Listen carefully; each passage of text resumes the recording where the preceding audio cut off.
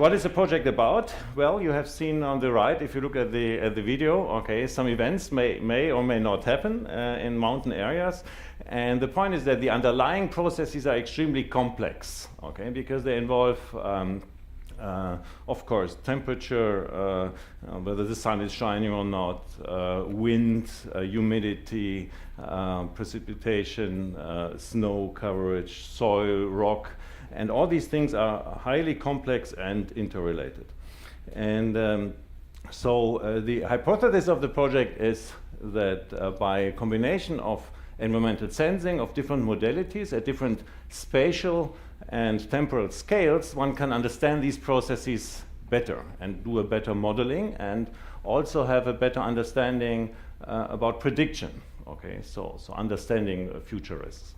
The other thing that's more related to information technology is that wireless sensor networks can help in order to get all of these data, okay, and therefore understanding and quantify these phenomena better.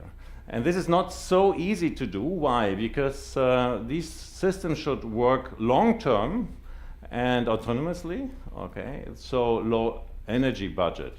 They should be reasonably cheap. They should yield reliable data. And of course, this in a very hostile environment. So this is a challenge we're trying to address in the project. And well, this is just written down here again. So in contrast to current methods, we try to do this with cheaper and wireless networks. And these are the challenges we have. Combination of various sensor modalities, different scales in time and space, dynamic operation, autonomous and long-term technology. Okay, so this is somehow the overall platform. Classical sensor network, measuring various sensing modalities, and then transmitting them to some sort of base station, and then transmitting it to a host, and combining various modalities, also synthetic aperture radio imaging and high-resolution imaging. Okay, so how can we do this? Because we have this non-deterministic environment, there are two, global things we could do. One is to apply formal methods in order to design systems that are reliable and have predictable behavior. And I think last year we talked a little bit about methods we do here. And this time I will say a few more words about what we did in terms of testing the systems we are deploying. Okay. So we have actually two sensor networks. Okay.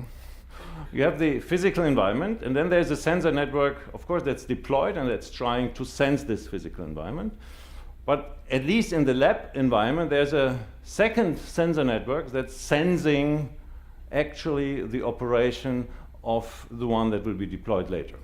So it's sensing whether our target sensor network is working correctly. Okay? And it's trying to do this in different modalities. So it's the functional correctness, but also in terms of other quantities like timing behavior and also power behavior. So there are, of course, various approaches available, and other people have done this also. The main point here is that the system does it, as I said, with several modalities and has local intelligence. So all the sensor nodes that are sensing our sensor network have storage and local intelligence in order to really understand what is going on in the system that will be then later on deployed. Okay, so this is just how the hardware looks like, and a few nodes have been done, and they can connect to different sorts of target architectures. Okay, what do we do then with the data? Well, you measure the data, so they are delivered by the sensing sensor network. Okay, and they are like here the power consumption, and then you either manually or with a formal conformance test, you can check whether the system is working correctly. And I explained something about this already in the last meeting. Okay, so this is something we did in terms of testing, and now let's look what happens in terms of the platform. So I said already last time that the field site has been selected in cooperation with the Federal Office of the Environment and using the synthetic aperture radar data, complicated word, okay, and we have been designing low-cost devices and sensing stations that are deployed. Okay, and we did this relatively early in the project, so that the science partners have data early on in order to develop their methods. Okay, so this is what is currently deployed. You see several GPS sensors on the field side, meteorological stations, cameras, and this is installation started August 2010 and it's working since August 2011. Okay, let me go back. So last time I also explained a little bit how we do the hardware design and the methodology. You see this is still a relatively clumsy station, okay, and you see here actually the box that is also running on the drums in the OpenSense project, at least partly, okay, the main design. And this will be replaced in the next generation by a GPS sensor and sensing mask that contains internally the corresponding processing and communication devices. So low power multi-hop communication devices. Okay, so what I tried to do, and in the presentation, I tried to let you understand a little bit this spatial pipeline, okay, where we have this wireless sensor network and the data are transmitted to a base station where GSN is running and how this is built.